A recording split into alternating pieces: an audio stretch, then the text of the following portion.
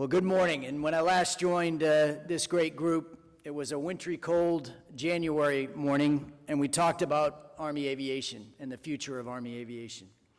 And I remarked at the outset that it must have been a slow day in Washington to bring in so many folks so early to listen to a breakfast speaker. But now that I see another crowded room, it's clearly my charisma and wisdom that drives such a large crowd. Word must have gotten out. Well, we know that's not the case. So the Association of the United States Army continues to drive worthwhile dialogue for our Army and for our nation. And we are all here because these discussions are hugely valuable to our future.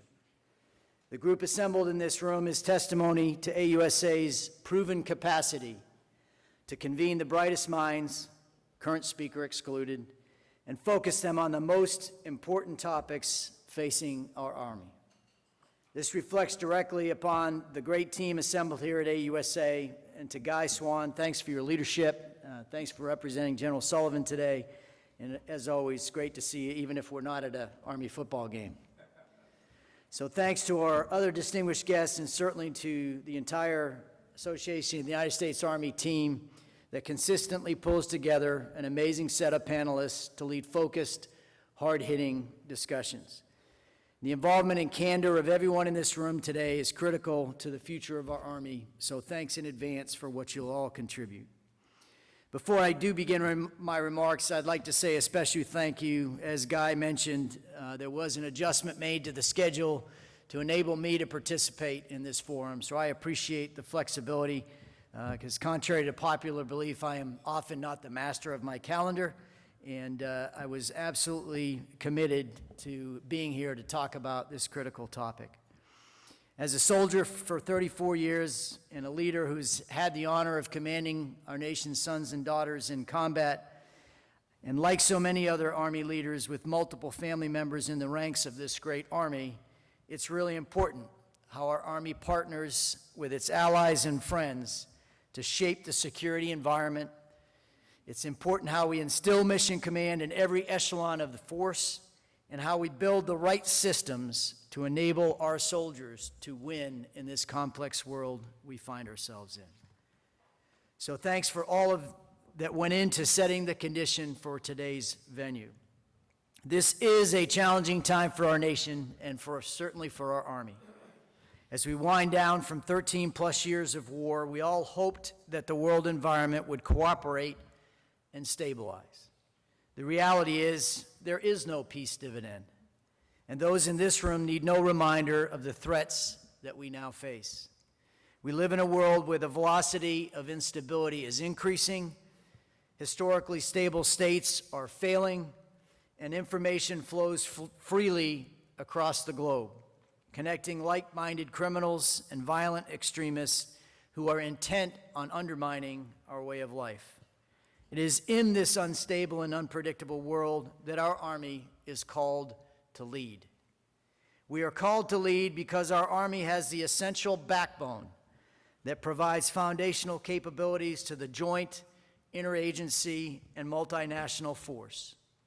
It is only our Army that's capable of compelling the nation's enemies through decisive action.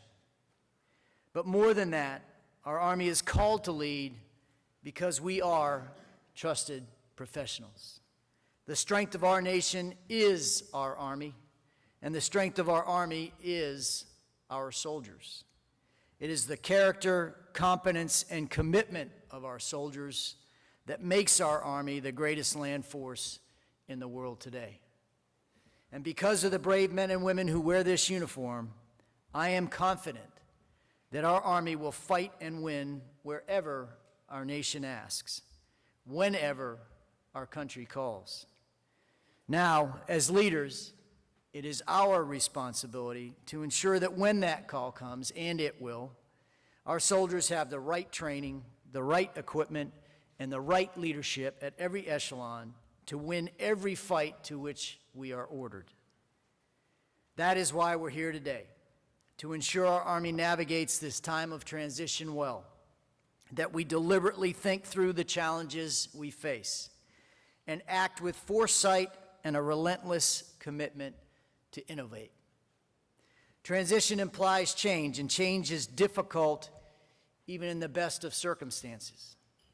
And if you followed the news coming from Capitol Hill, these are not the best circumstances through which to navigate change. Yet as I think about all that is facing our Army, I'm reminded of some of General Sullivan's words from years back. As the Chief of Staff of our Army, he was fond of saying, "Intellectual change must precede physical change." And these words certainly still ring true today. That's why the Army has published a new Army operating concept, Win in a Complex World, to lead our intellectual thought process about the future.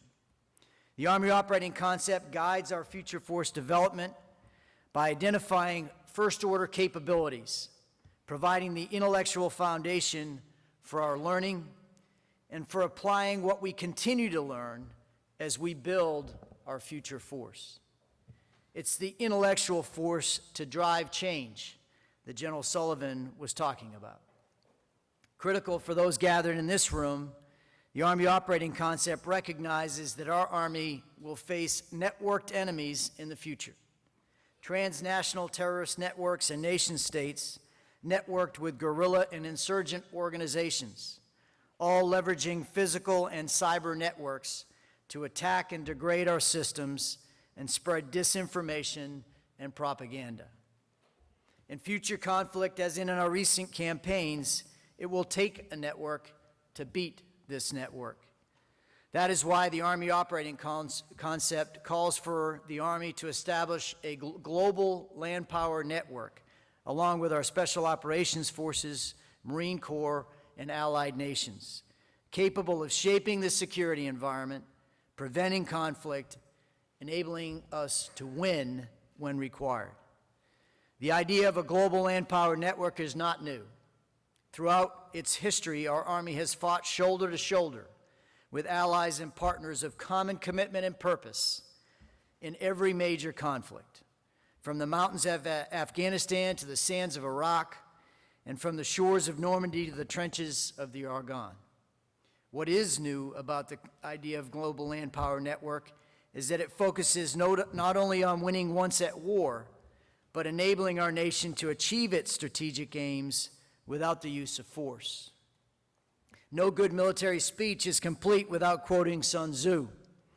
And here I think his timeless adage is especially appropriate. The supreme art of war is to subdue the enemy without fighting. This global land power network is focused on doing just that. The global land power network consists of allies, expeditionary, global, and regional partners, and host nation forces bound by common interests of peace, liberty, regional stability, and global prosperity. It's a framework of relationships devoted to shaping the global environment and advancing shared strategic interests. The recent deployment of a company-sized Army elements to Poland and the Baltic states offers a rubric for what the global land power network may look like going forward. With a relatively small footprint, our Army achieves strategic aims by employing trained and ready units fully prepared for joint and combined arms maneuver that are adaptive and flexible, prepared to carry out a range of operations with partner nation forces. The presence of these units reinforces the reliability and credibility of the United States and our allied partners.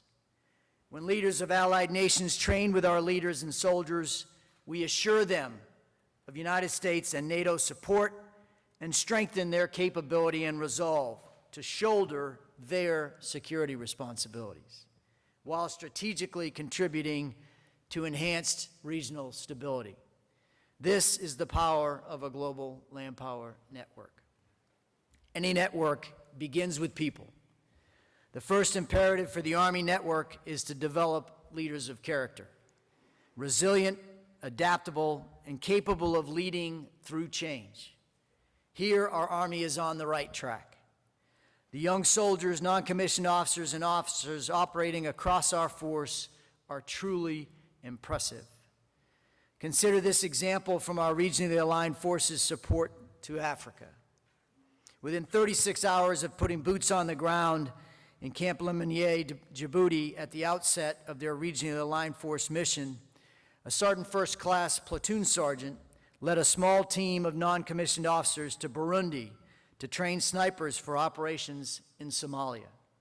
For 6 weeks, the Sergeant First Class and his team lived alongside their Burundian partners with no company, battalion, or brigade headquarters within 2,000 miles, literally.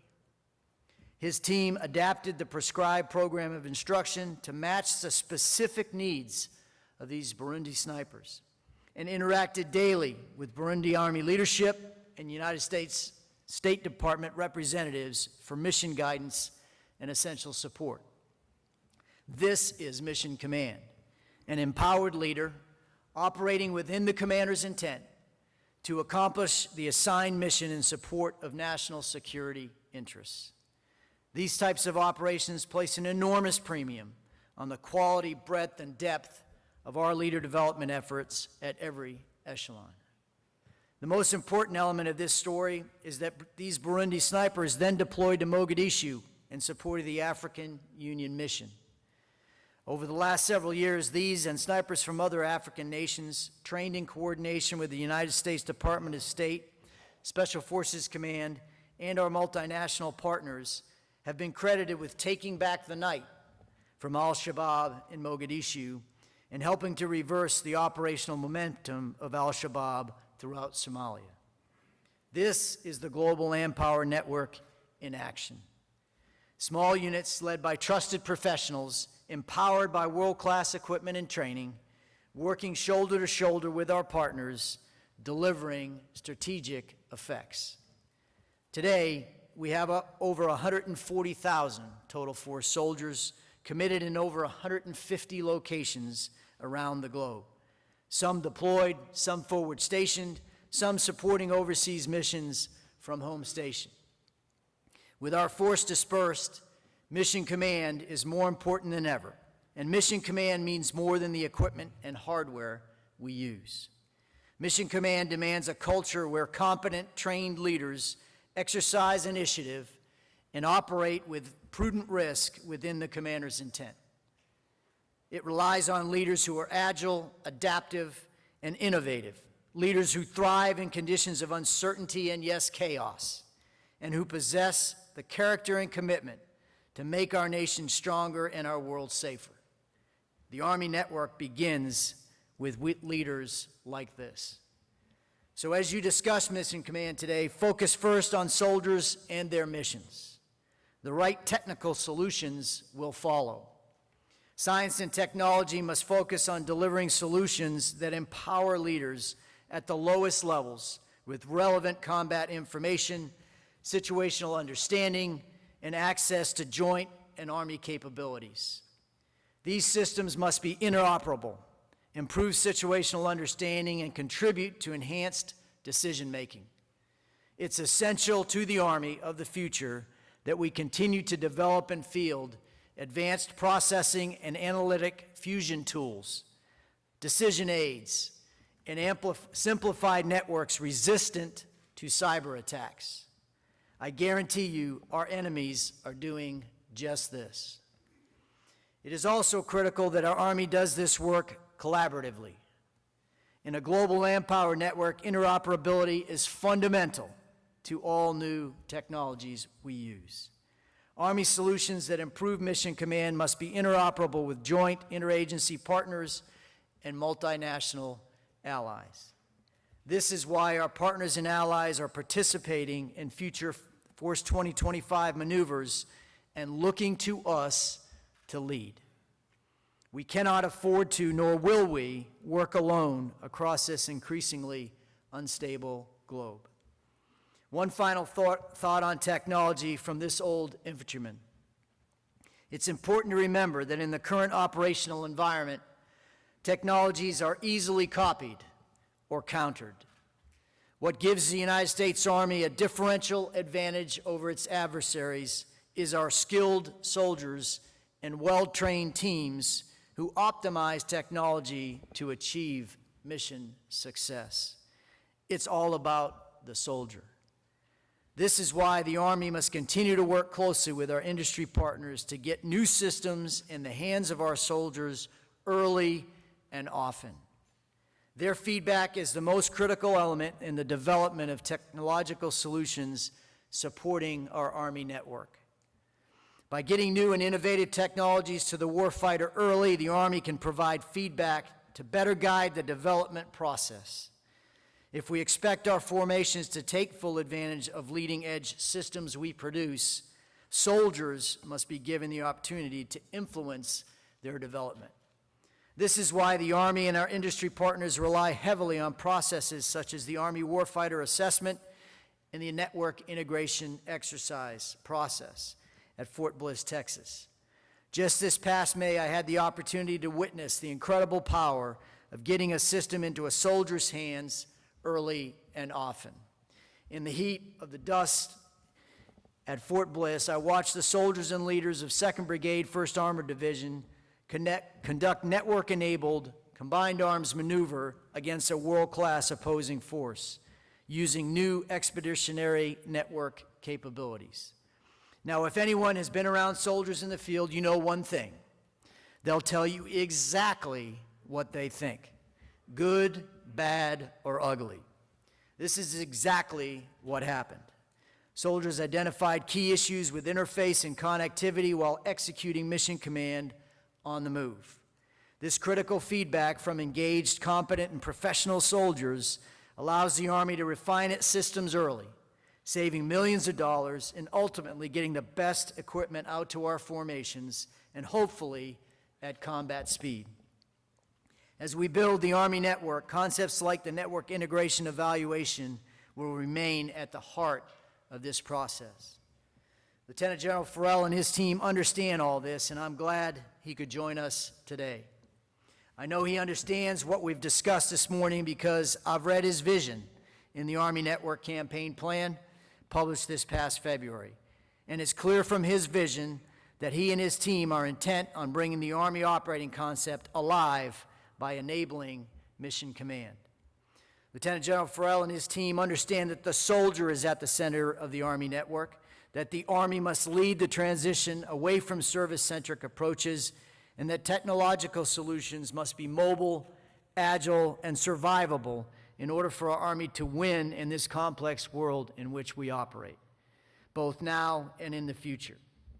So thanks for your continued leadership on behalf of our Army. Our soldiers are counting on you and those leaders that work for you. I wish I could stay throughout the day's forums to engage in what I know will be a productive series of discussions. But my leash is not that long, and I've got to get back to the Pentagon before someone notices I've left the building. Before I go, though, I'll leave you with two guiding thoughts.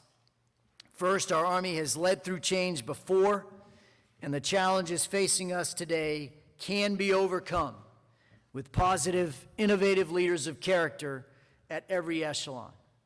Second, we are the greatest Army in the world, and we are committed to remaining the best for years to come.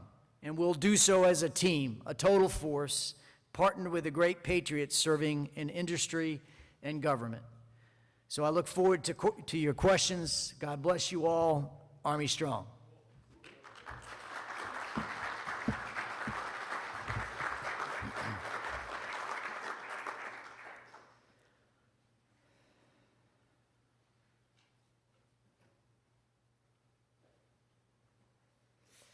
General Allyn, how do we protect network modernization funds during downsizing? Does better network compensate for smaller force, a la Force 21 in the 1990s? So to the first question, through hard government work and prioritization. That's how we protect our modernization funding in a period of constrained resources. And that's exactly what the strategy that General Farrell and his team have crafted calls us to do, and it's exactly what our senior leadership is provided with opportunities to influence on a consistent basis as we identify critical decision points in that process. Now, As for whether or not a better network compensates for a smaller force, I would offer that no set of equipment compensates for a smaller force. Capacity matters, but if you have a smaller force, it must be effectively networked, it must have situational understanding, and it must be able to make critical decisions ahead of the enemy's and adversaries' decision cycle. That's what effective mission command systems will enable. So yes, they will be critical to our smaller Army as we go forward. General Allyn, I'm seeing the same handwriting here. You know, you only get a couple questions per person, right?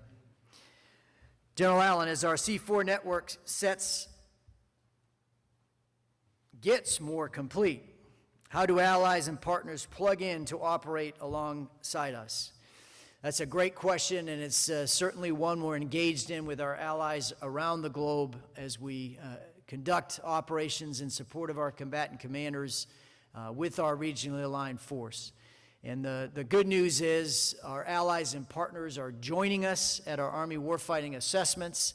They're joining us at our network integration exercises. They're joining us at the Joint Mission Readiness Complex in Hohenfels, Germany. And as an example, the 173rd has operated in 22 countries in this year alone as a part of Operation Atlantic Resolve with 30 different nations. So we are tackling these interoperability issues from the strategic through the operational and down to the tactical level. But it is hard government work, extraordinarily hard government work. And we have got to integrate that approach at the outset, because if we don't, we'll find ourselves in a situation like we had in a force-on-force exercise in Germany earlier this year, where a tactical unit of one of our allied nations attempted to call for fire, and because of interoperability challenges, by the time that call made it through the system, which took 30 minutes because we did not have interoperability right, and that fire was delivered, you know, our friendly forces had gotten tired of waiting and proceeded to attack without the fire, and so then we had a fratricide scenario. So that's what happens when we don't get it right. We've got to practice it at every echelon as we work through this, and we've got to have our industry partners linked with us in that process. So, am I satisfied with where we're at with interoperability? No, Guy, I am not, as a matter of fact. And I would tell you our partners and allies aren't either. But the good news is, for all of us in this environment of constrained resources, that dialogue is occurring at the developmental stage of our equipping process and in our modernization process.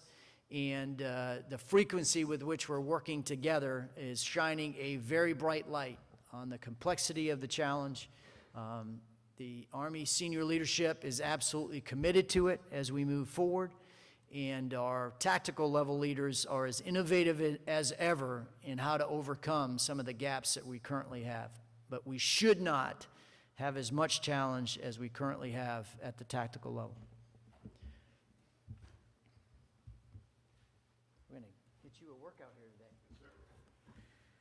today. I'm amazed this waited till the fourth question. USA Today recently reported the Army will cut 40,000 troops 40,000 troops a year earlier than planned, raising the ire of Congress. Why is the Army making this move now? How can it be avoided? Our Army is budgeted as we speak at an active force of 450,000 soldiers and a total force of 980,000 soldiers. So that's the funding that's available for our Army. And as a result, we must reduce our active force by 40,000 soldiers. All right? And we will be shortly announcing that plan. In the meantime, if you want to use USA Today as your source, have at it. But for me personally, I'll wait till our Army senior leadership makes that formal announcement, and then we can have a discussion about how we're getting after that force reduction. These aren't cuts the Army wants to make.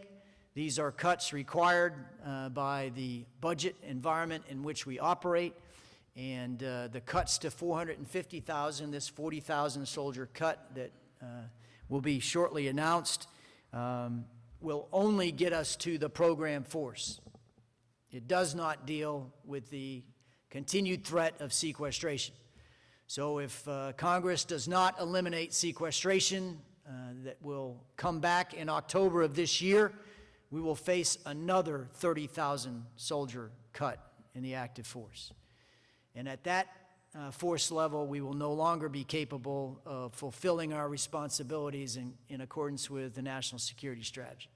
So that's the real challenge that we face in the near term. All right, great. Thanks for your time. Thanks for your commitment to helping us work through the tough issues that we face. And I look forward to the feedback from the team on all that we accomplish here today. God bless you all. Thank you.